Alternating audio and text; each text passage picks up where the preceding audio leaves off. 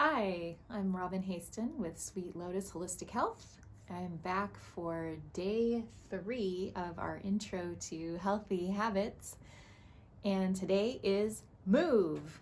Today is my favorite day. I'm so excited to present this day to you. Those of you that know me know that I love to get out and move around. I love to do yoga and get out, stand up paddling when I can, and walking every day, sometimes riding my bike. I like to hike. All of it is fun for me. And I hope that if it isn't already fun for you, that it becomes fun for you. So let's start off with asking ourselves a couple of questions. How much do you move every day? Is it a little? Is it a lot? What kind of movement is it? And just take a moment, take a breath, and really examine that for yourself. I know I talk to people that are on their feet all day and they feel like they move a lot, and sometimes that's true and sometimes that's not true.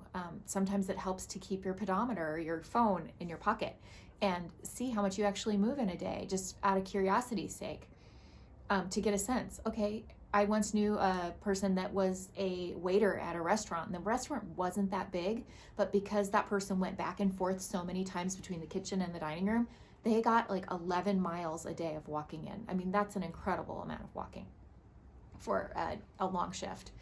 So take a look at this for yourself. The other question to ask is, what kind of movement do I love? What does my body crave? And if you're not really sure, like maybe you've got away from moving and you don't move much in your daily life, look back. What did you like to do as a kid? I remember for me, one of the things I really loved to do as a kid was dance, and I still love to dance. So I became a dancer as an adult. The other thing I really loved to do as a kid was kickball. I have not taken that back up as an adult, but it was one of my favorite things to do with our neighborhood kids. And so just look back. Did you love to play sports? Did you like to run? Did you like to jump on a trampoline? There are ways to adopt these things into our adult life to invite movement in.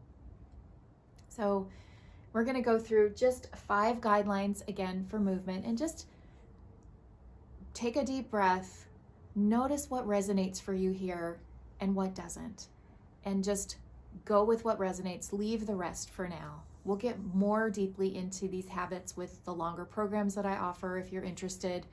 If you need more individual attention, reach out. I do one-on-one coaching. So I'm happy to share some tips and tricks for getting movement into your day. Our first guideline is, when should we move? Ideally, it's early in the day. We talked in our day 1 about our waking process and kind of getting a little routine going with our wake up. And so if we start moving earlier in the day, it also helps to stimulate our digestion. It helps our metabolism. It actually will help us burn fat more through the day if we get a little bit of movement in early on. And so that gets our blood flowing, kind of embodies us even more.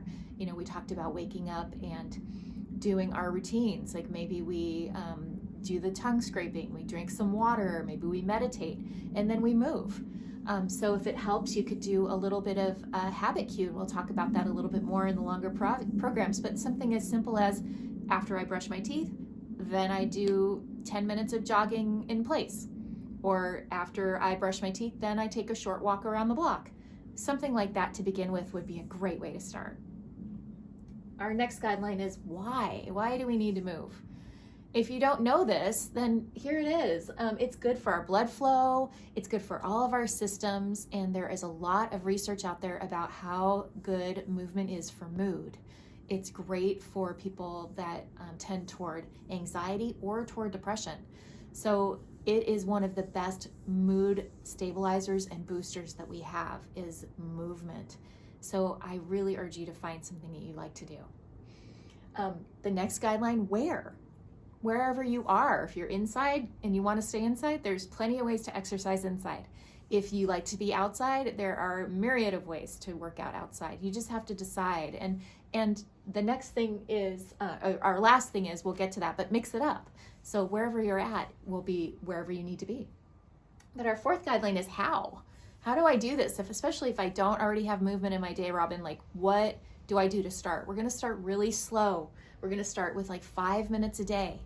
and work your way up to 20 minutes minimum a day. Now, if you already have a lot of movement, like for me, I'm always out walking. I do like 6 miles a day of walking, plus I do other things, but I don't do that first thing in the morning necessarily when I really should be doing it. So what I'm going to do is I'm going to say after I brush my teeth, then I'm going to do a 20-minute short yoga practice and then maybe go for my walk.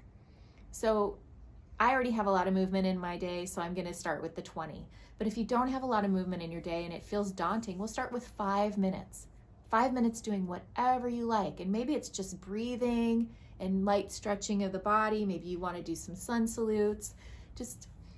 Maybe it's just walking in place, marching in place. Maybe you have some online videos. There's a million online videos. I have some good ones to share. If you're curious, reach out.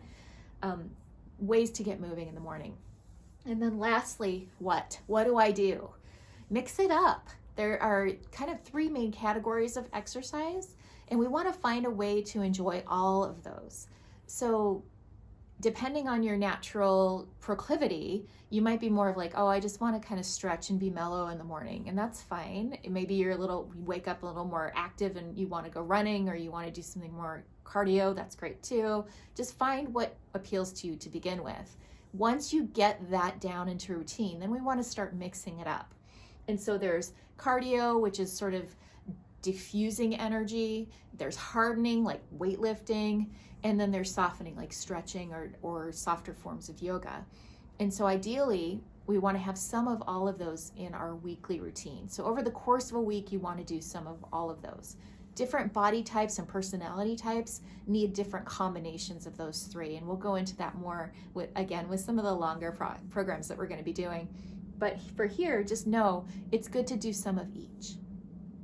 So I hope that you will incorporate some movement into your day today. I hope that if it's a 5-minute walk or a 2-minute yoga practice, that you really enjoy it. So again, find something that you love and invite your body to move into that space with you. And I know that it'll be great for your mood, for your body, for your mind, for all parts of you. I hope you have a wonderful day. Thank you.